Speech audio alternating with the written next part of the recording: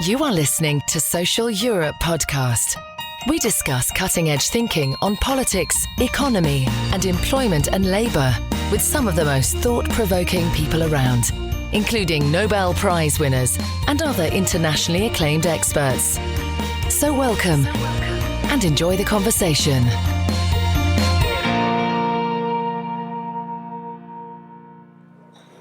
Hello everybody and welcome to the 7th episode of Social Europe Talk recorded in the European Parliament in Brussels. My name is Henning, Meyer, Editor-in-Chief of Social Europe. Today our topic is Europe after the European elections of 2019, and I'm really thrilled to be joined by three brilliant guests. To my left, Maria Demertzis, who's the Deputy Director of the think tank Bruegel here in Brussels.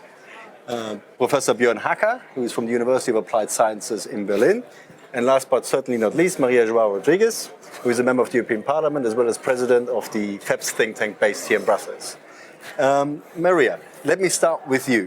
What is your take on the European election? So how would you analyze it and where do you see the dynamics of European politics and Europe in the context of the wider world after the election?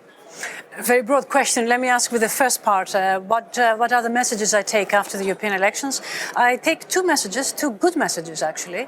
The first one is participation rate. I was very positively surprised with the Europeans going to the polls, voting for European parliamentarians. I think that's very good news. That gives legitimacy to the parliament in ways that perhaps we had before, but now it's increased given that the numbers have increased. I think that's the first message I take, and it's a very good one. The other message I take is the results of the elections are such that the parliament is a little bit more fragmented now by comparison to what it was, meaning that we have more parties that are of relevance, political relevance in the European Parliament. That, in my view, is a good message in the following sense. It would require consensus building. So 4, possibly 5 parties, it remains to be seen, of course, what the arithmetic is, will have to come together and will have to agree to a program for the next 5 years. That will be more difficult than what it used to be, but it will be good because it will build consensus. After that, the next message will be try to find the right person to execute this program, and that is the second stage. But I think consensus building in an era of conflicting and big problems is a good thing in my view. Okay, Maria, you obviously have the inside perspective from the European Parliament. How do you see the recent developments? Well, in fact, this is quite encouraging because with the higher turnout, we understand that more people understand also why we need more Europe to respond to the new challenge ahead of us. And we saw that there is an increasing concern to tackle climate change, to provide social fairness, to provide tax fairness, and to really defend fundamental rights and democracy. These are clear messages coming from the way the electorate has voted. The second interesting aspect is that we see that we could counter the national and contain, in fact, the national populist forces. And I would argue that we could also reduce the importance of the forces of the status quo, conservative and neoliberal forces. They were weakened by the outcome of this election, and that's why I think there is a chance to organize something like a more pro-European coalition of progressive forces. Björn, I mean, a higher turnout, which is obviously very welcome, and also not as good a result for populists as many feared before the election. Would these also be two elements that you would highlight? Absolutely, and I would add actually that so many people participated in this election, which nobody had expected before. I think this is a very important point that people say we need more cooperation and coordination in Europe. And this is something new because before the elections, people told us, okay, we have the ones who want to go back to the nation state and the others who want to stay the same in Europe in this muddling through mode. And I think with this muddling through mode, we cannot tackle the global problems. And therefore, we have to change towards a mode where we really act towards more cooperation, for example, in climate change. Joao was mentioning that, for example, with regard to monetary union, for example, with regard to social division and many, many other more aspects. And I think people want that, and now is a chance for the next 5 years to go into this direction. And Maria, you mentioned in your initial statement that you see now a chance for consensus building that hasn't been there before. So what would your priorities be? What would you like to use this consensus building capacity for? So what do you think are the important issues that European legislators have to address in the next 5 years? Well, I mean, let me join my fellow panelists on the issue of the climate change. I think that should be the number one priority for the Commission, for the next European Parliament. Quite frankly, for all capital governments, we need to concentrate on fighting climate change, reversing climate change. Europe had a very leading role in this discussion, and I welcome that. But it's not enough. We need much more. We need thorough changes when it comes down to our own behavior when it comes to climate change. And I think we need to concentrate a lot of effort in trying, be an example in this respect. So climate change will be my number one priority. Now, second to that, we are seeing challenges coming from outside. Challenges coming on the trade side from the US primarily, but also challenges coming from China.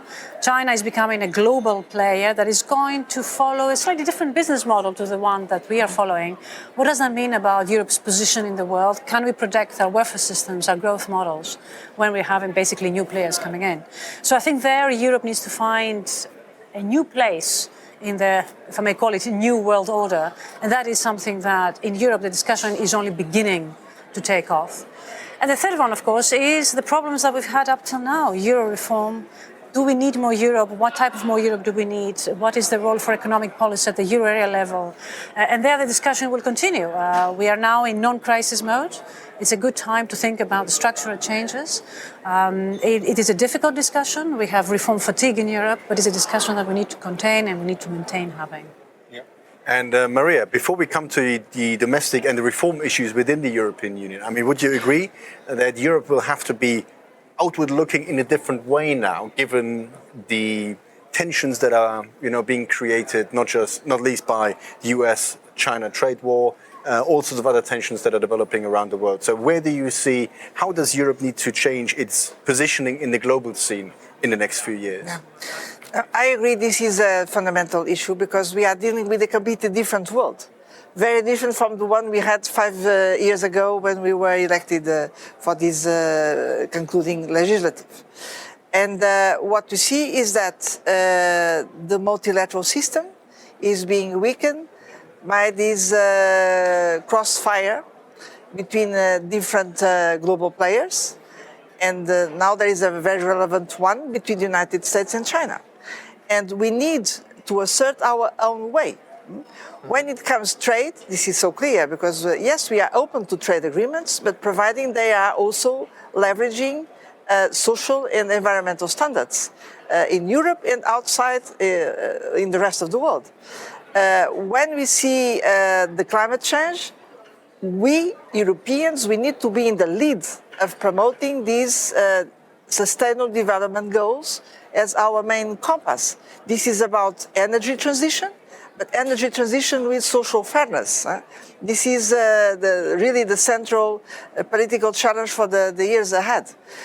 And then let me also refer to another one, which is the digital revolution, because we see an American way to drive the digital revolution, which is driven by markets with a business model which is in fact sacrificing very important values for us. And then we see the Chinese way, driven by the state, also sacrificing key values for us. So this is the moment for us to assert the European way to drive the digital revolution, which should be respecting our privacy, our personal preferences, which should ensure that we have decent labor conditions and access to social protection, and which must respect democracy. We cannot accept our democratic institutions being manipulated. So European sovereignty must also be digital sovereignty, or we are just losing control of the situation. I totally agree. Yeah. I totally agree with both of them because we should be proud of our European economic, social and democratic model and should defend it in the world as an export model, maybe. for other states. But nevertheless, we should concentrate as well on the problems we have here, because globalization, when we talk about globalization has always this dark side, the side of discontent. And this discontent was partly catalyzed by the European Union. If you talk, for example, about our single market, we have the single market, but we haven't yet prevented really social dumping in many respects. We have a common monetary union with a common monetary policy, but we don't have yet a common financial center where we really coordinate our fiscal policies. If you look at Schengen, for example, we have free movement of persons, but we forgot for a long time to talk about a common frontier and common asylum and migration policies. And these are the deficits here. And if we could tackle these deficits, it would be easier to be proud of our model and to tell the world, here is our European democratic social and economic model. Yeah, and okay, we've outlined a few broad issues, I would say, but and that's one of the advantages of this kind of format. Let's go into the nitty-gritty details. You said, Maria, that climate change should be top of the agenda. What exactly would you expect the European Union, the European Parliament, and different national actors to do in policy terms to address this issue? Well, certainly there is scope for regulation. I think that's very important. The incentivizing of the use of clean technology. That's certainly true. I mean, there are the possibility of renewable energy. That should be the standard solution to many countries in Europe who can exploit that. So any tax incentives that you can give in the context of cleaning up energy, that is the obvious thing to do. I think we need to put the cost, even though I am an economist and I understand the cost benefits, I think we cannot imagine what the costs are going to be in the future if we don't do it now. So investments in this respect are crucial in order to ensure the sustainability of our policies. Now, next to that, I think the issue of sustainable finance is as important. So greening up investments, greening up monetary policy possibly, these are all discussions that we need to have. The sustainability of our financing system, it needs to move in a direction and it needs to be consistent with the investments, the types of investments that we need to see. But beyond that, I think there is also great space for us individually to progress in this respect. I don't believe we're going to meet the 2030 targets. I don't believe we're going to meet the 2050 targets unless we chase consumption in ways that are radical. And there, I think every single one of us has got a responsibility for that. And I think that every one of us has got a role to play, the governments, the financial institutions, and the individuals. You say basically people should change their consumption patterns. What would you recommend? What should they do? Well, I think that is a difficult question. I mean, you think about your next holidays. Where do you go for the next holidays? I think you need to think about the footprint of your next holidays or your next business trip. Do I really need to be there? These are the types of adjustments that we are going to have to make, not to name but few, if we are going to take the issue of climate change seriously, in my view. But they need to be socially balanced in the end, because if not, who is paying then for Absolutely. that? With the consumption, That's right. Which is Indeed, that is a very good point. I was hoping to bring this in the next round, but I think since you brought it, it's a very important one. The Gilets jaunes example is a very important example in that direction, where here we have a climate policy, an energy policy, that is actually very well meant. It is very well meant. It is for all of us to reach our climate objectives. But the burden of the adjustment falls disproportionately on the socially weak.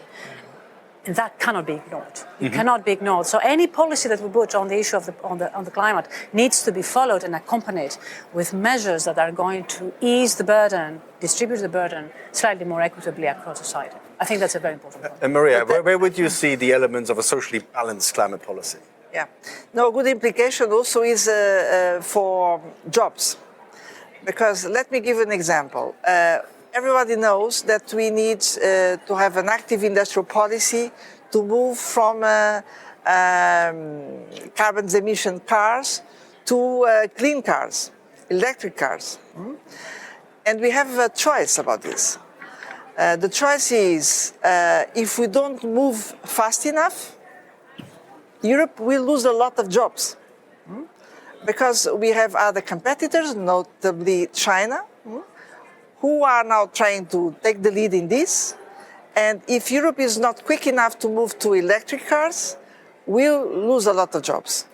But on the other hand, to move from the current car industry to electric car also means to destroy jobs. So what should we do? This is the dilemma.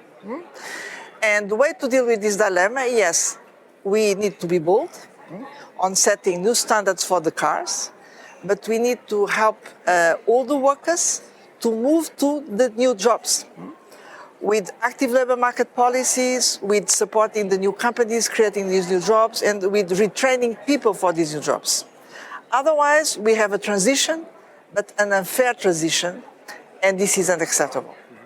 And Björn, how do you see these developments? I mean, you already mentioned the need to socially balance. In the area in Germany where the two of us live, we are seeing a similar structural change where coal mining is being phased out, where exactly these issues are being discussed. How can this transition be managed in a socially inclusive fashion? Not sure whether it can be inclusive, but how can you ameliorate the effects as best as possible? So what is your take on this? Have we seen a way to do this properly, or do we need to think deep and hard again about how to do this?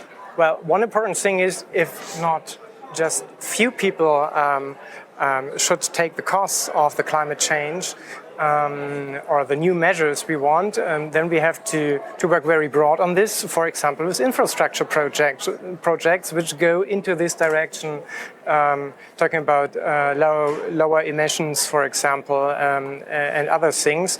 And the question, who should finance these infrastructure projects? If it's not done by the privates, because we're still living in a time where private investments are relatively low and might be lower in the future years, because we might be seeing the next economic downturn, and then the state has to move in, of course, to help bring these projects forward. And the same holds true for people who have to be trained for new jobs, of course. You cannot tell people, okay, now we have climate change and we are closing, for example, coal mining down, and you look for something else in the digital world. That will not work. So the state has to do a lot on training and retraining and help people to find something new jobs, new areas in the digital world, which is hopefully not that polluting the environment like coal mining and other areas of the old industries. Yeah. And this gives us a nice segue into the other topic I wanted to talk about, which is economic policy and economic policy priorities. I mean, there seems to be a increasing polarization between city and rural areas in terms of economic opportunity and infrastructure investment. Basically connecting, taking money and build the infrastructure that can connect more areas to the economic opportunities of the cities seems to be an important way to go. But at the same time, we always talk about the limits of what can be done with public investment. So if you sort of try to make the connection between socially balanced climate change and investment and economic policy priorities, how would you transfer this into the economic policy area? I think it depends on which country you think about. The scenario you just described is not unique across Europe. If you are in the south of Europe, the issue of youth unemployment is a lot more prominent, that the divide, the city versus countryside divide. And I think that is probably right for a number of countries. If you're in Eastern Europe, that yet again is a different problem. In Eastern Europe, you have the issue of the brain drain, where people are just picking up and leaving. And there you're having a double whammy of country actually training young people, educating young people, and therefore incurring the cost of training young people. And then those people leave and go somewhere else where they actually produce output, so the return on the investment is somewhere else. So I think you cannot have a prescription simply based on the scenario you just described, and therefore you need different answers to different things. I mean, if you were to start with Eastern Europe, I think that's a very interesting thing. When the young leave, the prospects of a country developing is very, very difficult. A set of policies that are going to reverse that will be crucial, because you're talking about the most productive part of the society.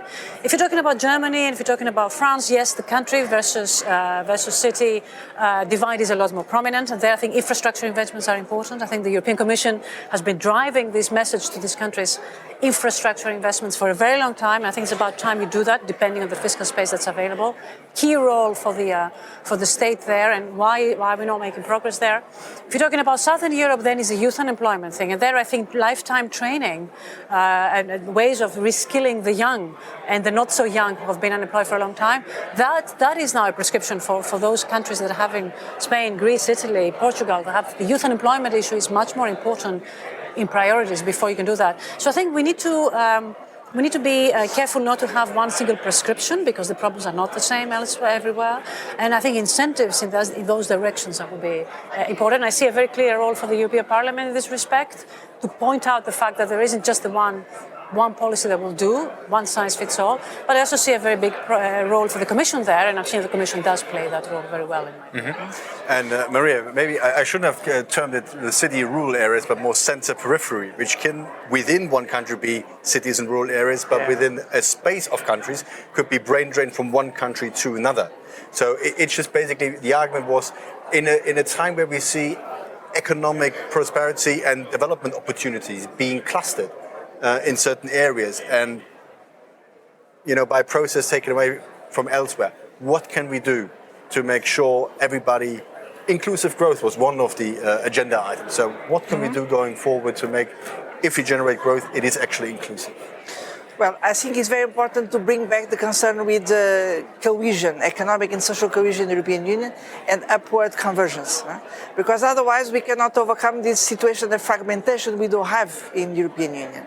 And this has to do with the role of the upcoming community budget. Do you have the resources for this? To tackle all these priorities? Are we really giving the opportunities for all member states to invest where they need to invest?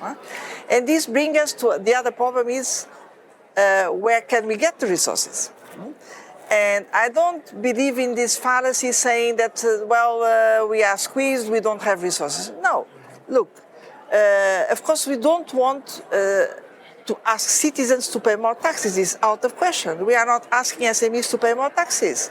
But we know there are untapped sources of tax revenue, particularly in the financial area, in the pollution area, and in the digital area. Let me give you an example. The big online platforms, they are using the single market in full. So they should pay their taxes because they benefit from the single market. They are asking us to provide the necessary educated, trained workforce. But if this is the case, to make the best of the digital revolution, they should pay their digital taxes for us to finance the necessary education and training. So something is missing in our tax policy in order to have more social fairness. And Björn, you mentioned the fiscal space. Let's dive into both sides of this, into the revenue side and into the expenditure side. But let's start with the expenditure side. I mean, there has been a fiscal policy dominant in the European Union which has not been conducive for investment. What needs to change according to your view? We organize a monetary union, which is organized in the sense of a stability union, where austerity for crisis tackling is the most important thing, where the balance of the budgets of the single member states is the most important thing, and where investments, for example, for infrastructure, for climate change, for digitalization, and all these social issues, they don't play a role.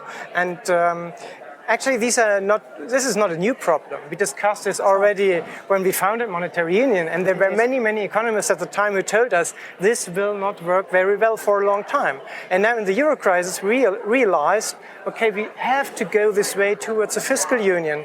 But what have we done? We don't have a real common Eurozone budget yet, which would help to tackle asymmetric shocks, because the European Central Bank can only tackle shocks which are for the whole countries and not only for single countries. We still have this tax competition, for example. We still have a lot of social problems in many member states. You mentioned the youth unemployment rates. Of course, they are going down now with a better economic climate in the last years, but still youth unemployment and the general unemployment as well, and the poverty measure, the poverty rates, they are way too high in Spain, in Portugal, in all the countries in crisis. And what we see then politically, if you look at Italy, for example, the climate will change, and then soon, like in Italy, you will have some populist politicians in the government and saying, okay, we're not following this path anymore. So I would plead for going this road towards a fiscal union, because we have no other chance. If we don't have a sort of common economic center, call it European economic government, call it a European finance minister, a European treasury, whatever. But we need a place where we really can discuss in a sort of new macroeconomic dialogue between the main economic partners like employers, employees, organization like European Central Bank, the European Commission and representatives of the European Parliament and of the member states. Where the situation in Europe is and what we need to prevent the next crisis. Because the next crisis might be too hard for the Eurozone. Or we see it not in an economic sense, but the crisis will be really strong in a political sense, that we have this populists like in Italy and other countries who say, okay, then we don't want to have the euro as a common money anymore, a common currency anymore, and we're stepping out. And Maria, yes. I'm interested in your opinion on the fiscal policy space and what needs to change in fiscal policy. But let's also take the revenue side into consideration, because there seem to be three interlocking problems. The one is about tax competition, about headline rates, but nobody's paying the headline rate anyways. It's regulatory arbitrage, where you can sort of bounce taxes off between different countries. And the fundamental problem seems to be that digital companies, and not just digital companies, but also digitizing companies, because it's going to become worse than better. The way we calculate the tax base doesn't really fit the way companies operate in this space. Right. So what can we do, especially in, can we move towards sort of a uniform way to calculate the tax base, which would already be a way forward? I mean, at the G20, there was a effective minimum tax now being proposed. Reason being is that otherwise it's very, very difficult to have a joint tax base on which to calculate what taxes are due, let alone competition about the headline tax rate. So I would be interested in your opinion on the fiscal policy space as well as the revenue side, how to reform taxation. Yeah, lots of things in your arguments. But I mean, if I were to prioritize, because these are about where would you start from, I would start from the third one, and I think Maria made the same point. The issue of being able to tax digital services or digitalized services in a way that we all understand and we think is fair is the way forward, in my view. That's one that I think there is great space here for the European authorities to do something on this respect. And you could even think about own sources. I mean, you could think of it as that way. But more importantly, I think societies and electoral outcomes have demonstrated that we need solutions to this problem, because the perception in our society is that this is very unfair, and therefore we need to tackle this in a way that actually distributes the perceptions. So I think that is a good thing, and one that we can actually make progress in. Now, on the tax coordination, there I'm less optimistic, but also I think that a little bit of competition between taxes fits business models of countries. So long as we believe in sort of nation states that do things differently, it's very difficult to think of countries not competing. If it's not on this, it will be on something else. So the competition side between countries is part of what it is. And of course, there are arguments of leveling the playing field. I understand that, but we don't have one country. We have 28 countries, probably 27 in the future, or possibly more in the future. So there will be, so long as you have countries, you will have competition on business models or way of doing things. If it's not on the tax side, it will be on something else. Now, you can ask the question, and I think you would be right to ask the question, how compatible is that with the single market? That would be a good question to ask, and I think we need to have measures that are consistent with our ambitions on the single market. And there are good reasons for tax harmonization, at least at some parts. The digital part is a good way to start. So that's on the revenue side. On the fiscal side, I hope we will have a minute to talk about the European architecture, because I think there is a lot to say there which pertains to fiscal issues. But the one thing I'd like to say is that we need to go back to this investment rule. I think the investment needs that Europe has in the context of the broader global scene are very much on innovation.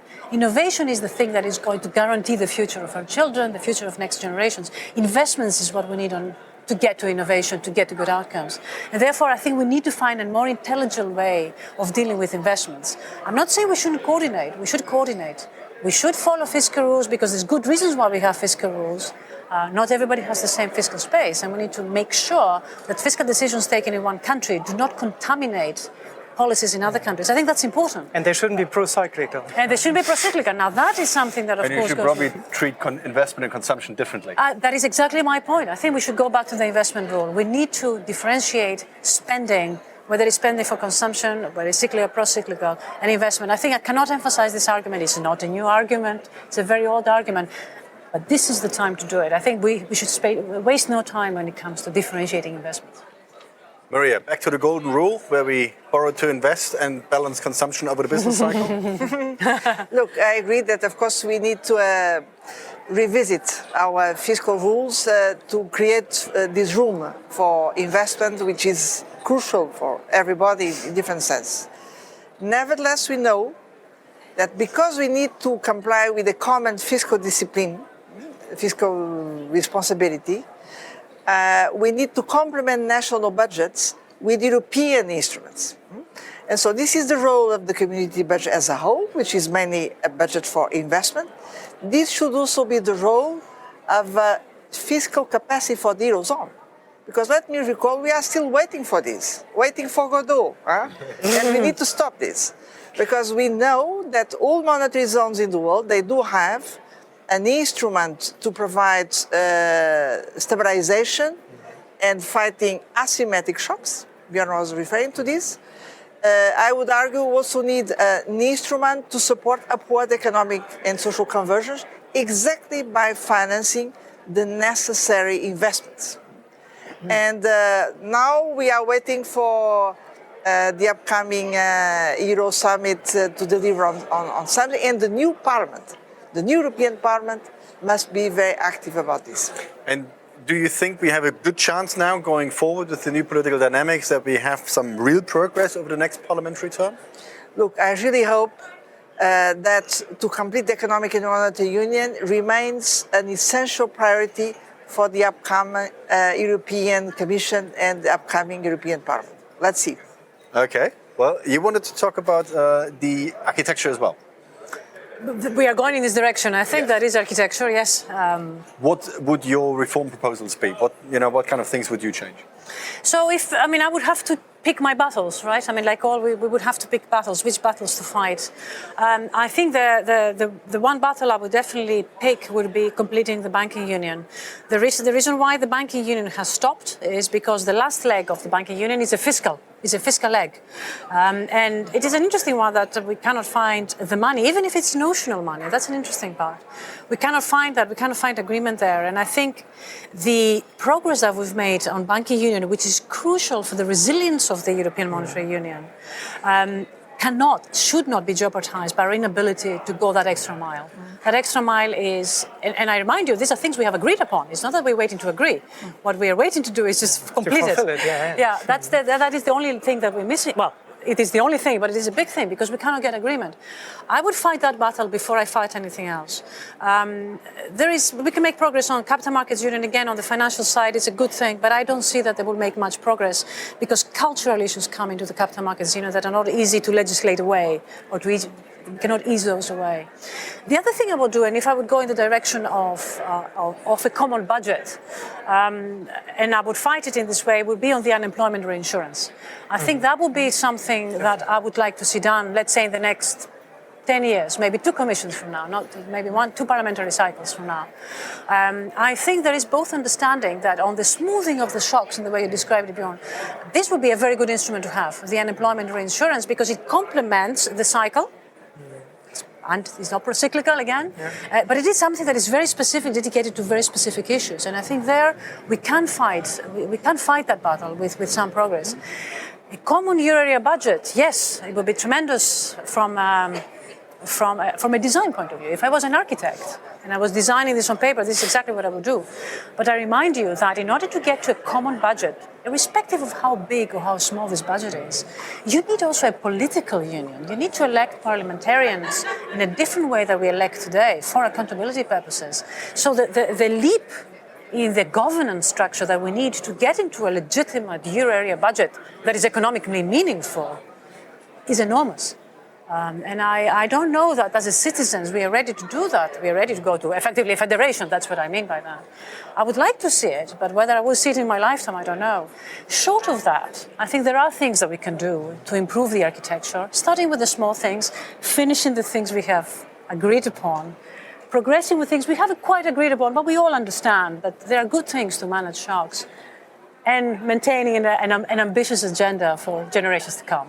Okay, and Maria just made a very nice segue into another topic that I briefly towards the end of the show wanted to talk about, which is where can we take social policy? Oh, social policy. In the next parliament, because we talked about the unemployment reinsurance. It's got a fiscal function, but at the same time, obviously, it would provide a social policy backstop. Absolutely. On the European level. So we've had some progress in the last parliament, not least due to the effort of Maria Joao, who is here with us today. But where should these efforts be taken in the next years? Yeah. The main effort was this European pillar of social rights. I always keep it with me. I think this is really important, these 20 principles, but these are of course no real rights because they are not enshrined in the treaties. They are it's just a declaration of intent.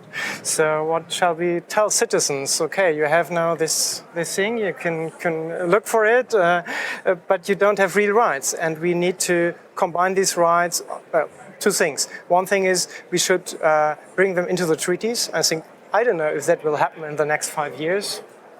But with the next treaty revision, this should be a point. And if not all member states want to follow on this, why not talking about a European social protocol? We did that at the Maastricht Treaty at the time as well, when Great Britain said, no, we don't want to sign any social things for the common market. Why not doing, again, a social compact, for example, like the fiscal compact, now doing a social compact. Yeah? And the second thing, most importantly, therefore, the European Pillar of Social Rights is we need minimum standards. Because it's written a lot of times, you should have pensions which are adequate. Yeah, you should have health service which is adequate. Adequate. What means adequate? I counted it like 12 times. They mentioned the word adequate. But what means adequate? So we have to look for minimum standards, but not in that you mentioned that, Maria. This one-size-fits-all approach. We have done this one-size-fits-all approach too long a time, and I think now it's time for looking at the member states. They have different welfare models. They are on different socioeconomic standards and in different economic cycles, and therefore we need standards like, for example, a minimum wage, which is not one minimum wage, of course, for all the countries participating in the European Union, or if you take, for example, only the Eurozone, the 19 Eurozone members, but this minimum wage would be, for example, 60% of the median wage, which is paid in the single member states. And this could be one thing to bring forward this European Pillar of Social Rights in order to at least have a new balance between social rights on the one side and on the other side, this market integration, because market enhancement was all the time very, very important compared to social integration. Maria, as one of the key people who drove this agenda forward, where do you want to see it go in the next 3 years? What do you think are the development steps it needs to take now? Well, let me tell you a small story about this, is that when we were preparing the report on the European Pillar of Social Rights here, we had a very difficult choice to be made. Because I was guiding this report, I was a rapporteur, but I was also confronted with the Council of Ministers, where several governments were telling us we don't need this. We don't need a European social pillar.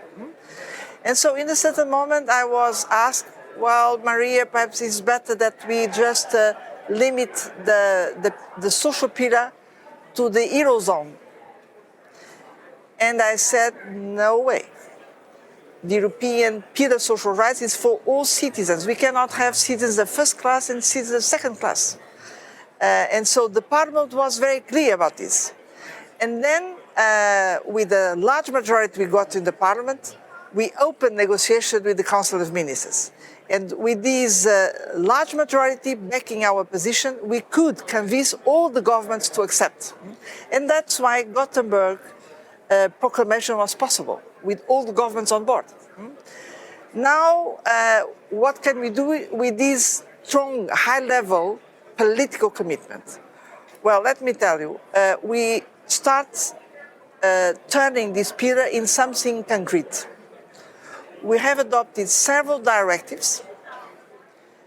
We have adopted, let's say, a new orientation for economic and social policies, and we are translating these into new financial instruments.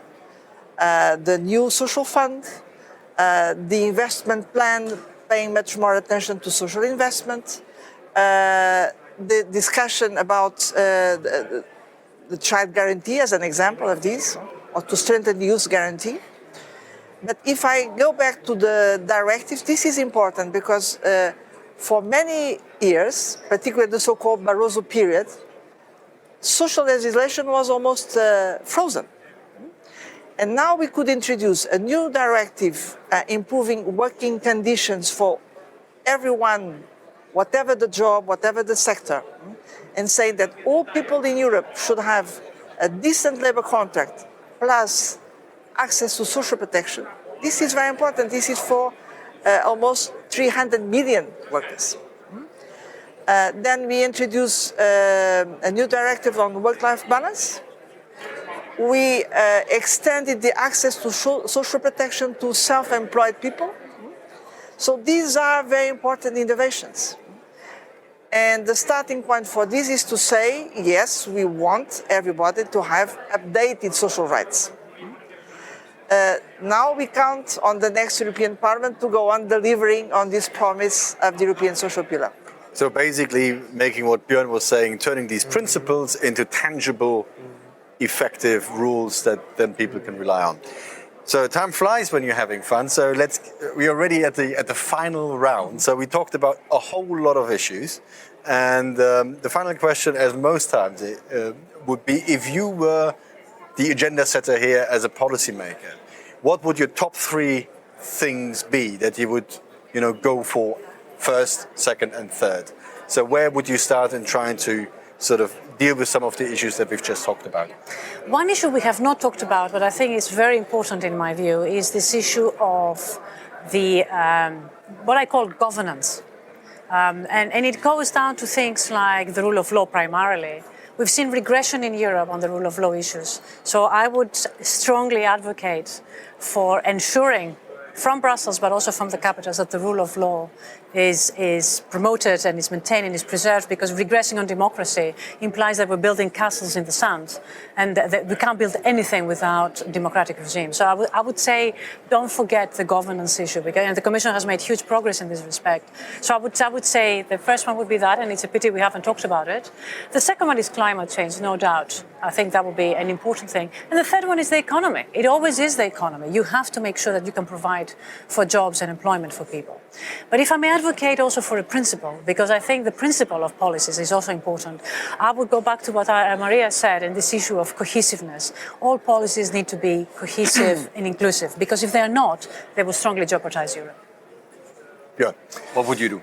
Well, the first point would be less markets, more politics, I would call it. I think I know somebody who wrote a book about maybe. this. And because I think this would be important to tackle global risk, what I talked about before, about this dark side of globalization, that we really have to show that we can tackle these things by doing politics and not by believing in self-fulfilling promises of the market. The market always has to have a certain framework, actually, and this has to be done politically. And we have to tell people, show people that politicians are able to organize this framework. So secondly, this would be monetary union, because we had too long a crisis, this euro crisis, and we haven't tackled monetary union. You said even the banking union is not complete.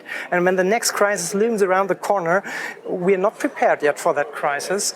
And I fear that monetary union will break up, and that will have vast consequences, of course, on the economy in general. And the third thing would be for me then this new balance of social issues and economic issues. So social principles on the same footing, like for example, the budgetary planning in the monetary union, and of certain other aspects of the single market and monetary union.